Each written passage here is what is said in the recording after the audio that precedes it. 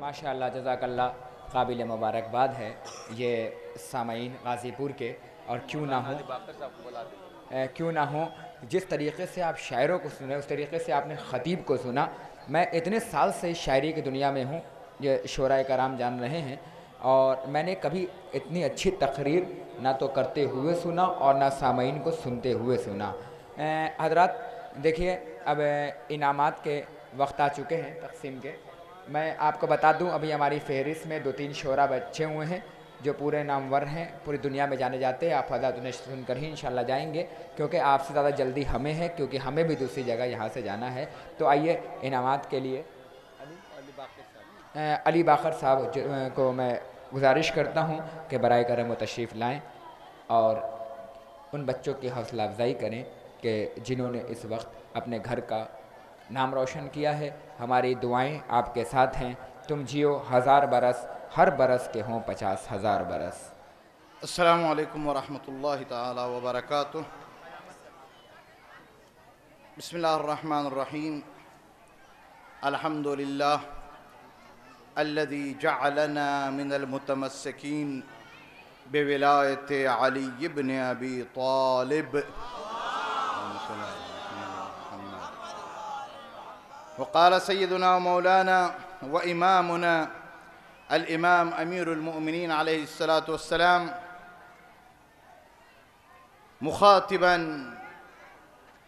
مخاطبيه: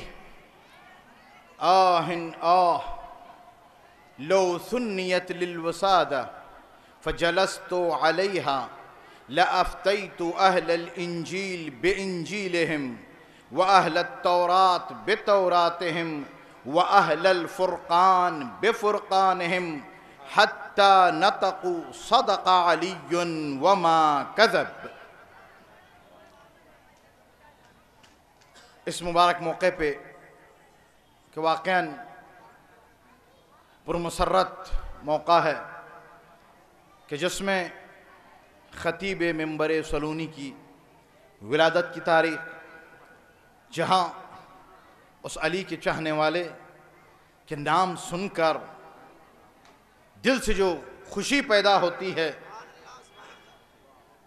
جو طہارت قلب و طہارت ولادت کی دلیل اور ثبوت ہے، مولا فرماتے ہیں کاش سکون و اطمینان کی مسند بچ جاتی اور اس علی کو اس پہ بٹھا دیا جاتا، اور انجیل کے ماننے والے آتے سوال کرتے تو علی انجیل سے جواب دیتے، توریت کے ماننے والے آتے علی سے سوال کرتے تو علی توریت سے جواب دیتے، اور قرآن کے ماننے والے آتے سوال کرتے تو علی قرآن سے جواب دیتے۔ صرف جواب نہیں، یہاں تک کہ سب کے سب ایک حرف ہو کے یہ کہتے کہ علی نے سچ کہا، جھوٹ نہیں کہا۔ وہ علی کہ جو باب مدینۃ العلم ہے، شہر علم کا دروازہ، تو اس علی کے ماننے والوں کو کس طرح ہونا چاہیے؟ جو شہر علم کا دروازہ ہے، اور جس امت کا نبی شہر علم ہے، اس امت کو علم کے حوالے سے کہاں تک ہونا چاہیے؟ عزیزوں، ہر وہ قوم و ملت کامیاب ہوئی جس نے اسباب کامیابی کو حاصل کیا۔ کامیابی علم کے ذریعے سے ہے، تفقہ کے ذریعے سے ہے، ایجوکیشن کے ذریعے سے ہے۔ جتنا جس قوم میں ایجوکیشن بڑھتا جائے گا وہ قوم زندہ ہوتی جائے گی۔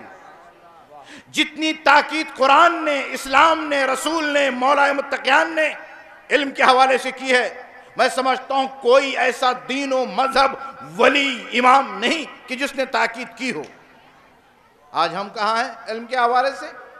تو بس یہ ہے عزیزان محترم، اس محفل سے اور اس عظیم محفل مسرت سے اب تک اینٹوں پہ بہت پیسہ لگ چکا، سیمنٹ پہ بہت لگ چکا ہے، سریا پہ بہت لگ چکا ہے، آج سے انسان سازی پہ پیسہ لگائیے۔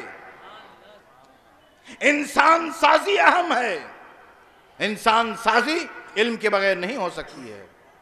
اگر ہم واقعاً مولا کو مانتے ہیں تو مولا شہر علم کے دروازہ ہیں، تو پھر اس کو کیسے ہونا چاہیے ان کے ماننے والوں کو؟ تو علم جو قوموں کو جگہ دیتا ہے۔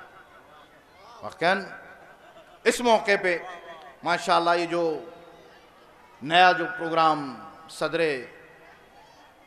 محفل مسرت حجت الاسلام والمسلمین برادر عزیز مولانا جناب تنویر الحسن زینبی صاحب قبلہ و کعبہ، خداوند عالم ان کی نیک توفیقات میں مزید اضافہ فرمائے، جو امام الجمعہ و جماعت شہر غازی پور ہیں، اور یہ جو سلسلہ شروع کیا ہے ایک تشویقی سلسلہ ہے کہ جو بچے کامیاب ہوئے ہیں اچھے نمبروں سے، تاکہ آج سے 10 سال بعد 20 سال بعد جا کے ہمارا فیوچر بہتر ہو سکے، نیو جنریشن میں ایجوکیشن کے حوالے سے، تعلیم کے حوالے سے ایک نگاہ پیدا ہو سکے، ہم بھی کچھ حاصل کر کے ہم بھی کہیں پہنچ سکیں۔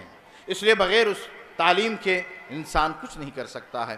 تو ماشاءاللہ آئیں ہم سب مل کے یہ دعا کرتے ہیں کہ بار الہ ہمیں صحیح معنوں میں توفیق دے کہ ہم علم حاصل کریں اور اس علم پہ عمل کریں۔